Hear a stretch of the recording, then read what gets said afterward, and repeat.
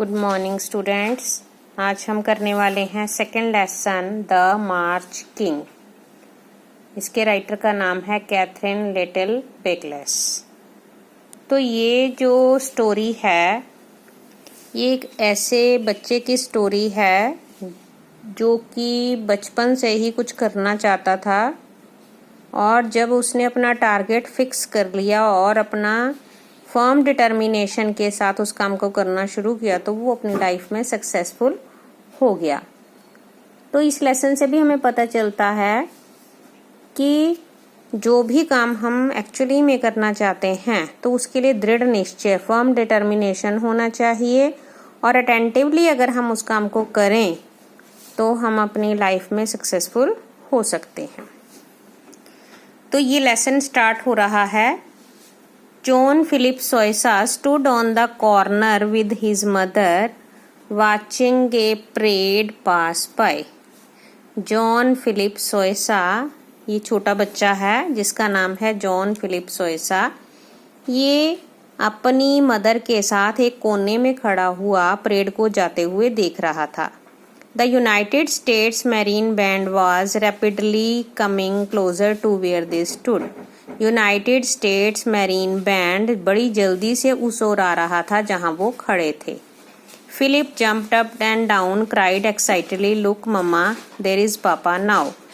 Philip कूदता हुआ ऊपर नीचे कूदता हुआ और बड़ी उत्सुकता से चिल्लाया, देखो मम्मा, पापा वहां हैं।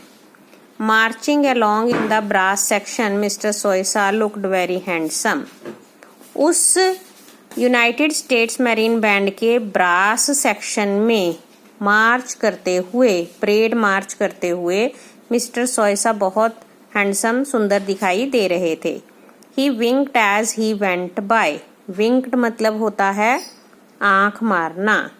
तो उन्होंने जैसे ही वो उनके पास से गुजरे उन्होंने अपने बेटे की ओर देखकर आंख मारी। फिलिप ग्रिन्ड बैक, और ग्रिन्ड बैक मीन्स उसने भी मुस्कुराहट से अपने पापा को जवाब दिया।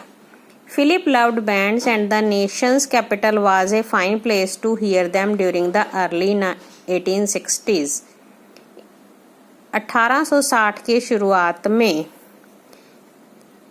देश की ये राजधानी जो कि बैंड्स को सुनने के लिए एक बहुत अच्छी जगह थी और फिलिप हमेशा ही बैंड से प्यार करता था। Washington was full of band and Philip loved them all. Washington band से भरा हुआ था और फिलिप उनको बहुत प्यार करता था। Now with rapture in his eyes he watched the marine band. Rapture means होता है खुशी, चमक। आंखों में खुशी और चमक लिए हुए उसने उस मैरीन बैंड को तब तक देखा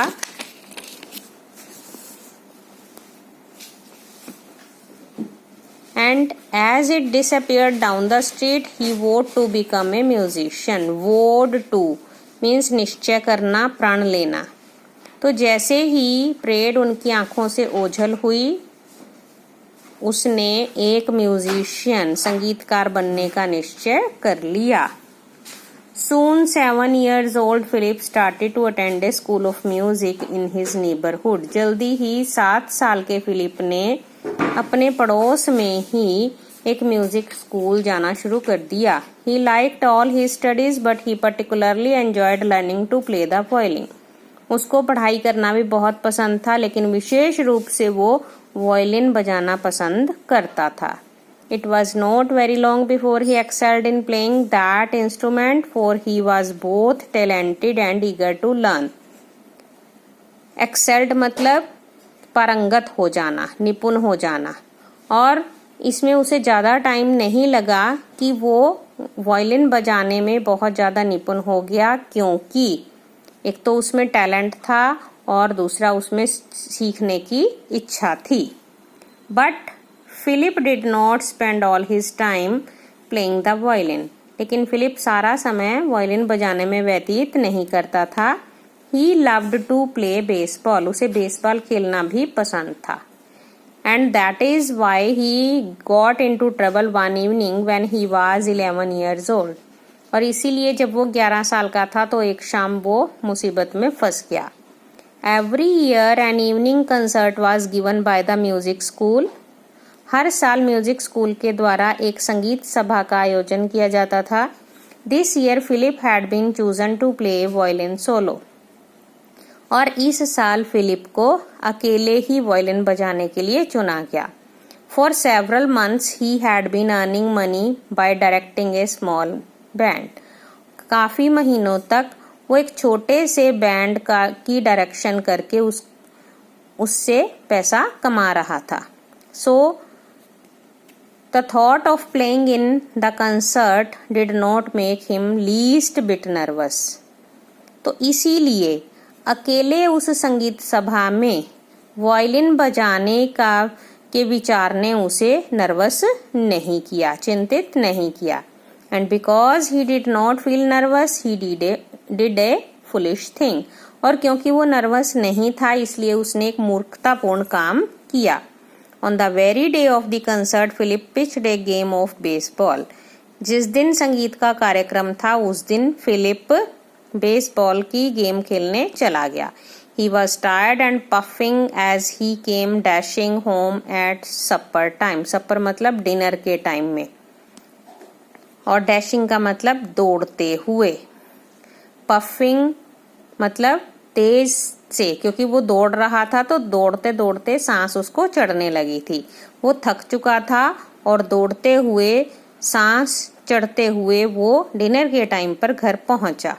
Dirt was streaked across his moist forehead. उसके माथे पर पसीना और धूल जमी हुई थी। His clothes were dusty and wrinkled. उसके कपड़े भी धूल भरे और जो सलवटें पड़ी हुई थी। I am starved. Starved मतलब भूख लगना, मुझे भूख लगी है। He cried as he passed the kitchen on his way upstairs.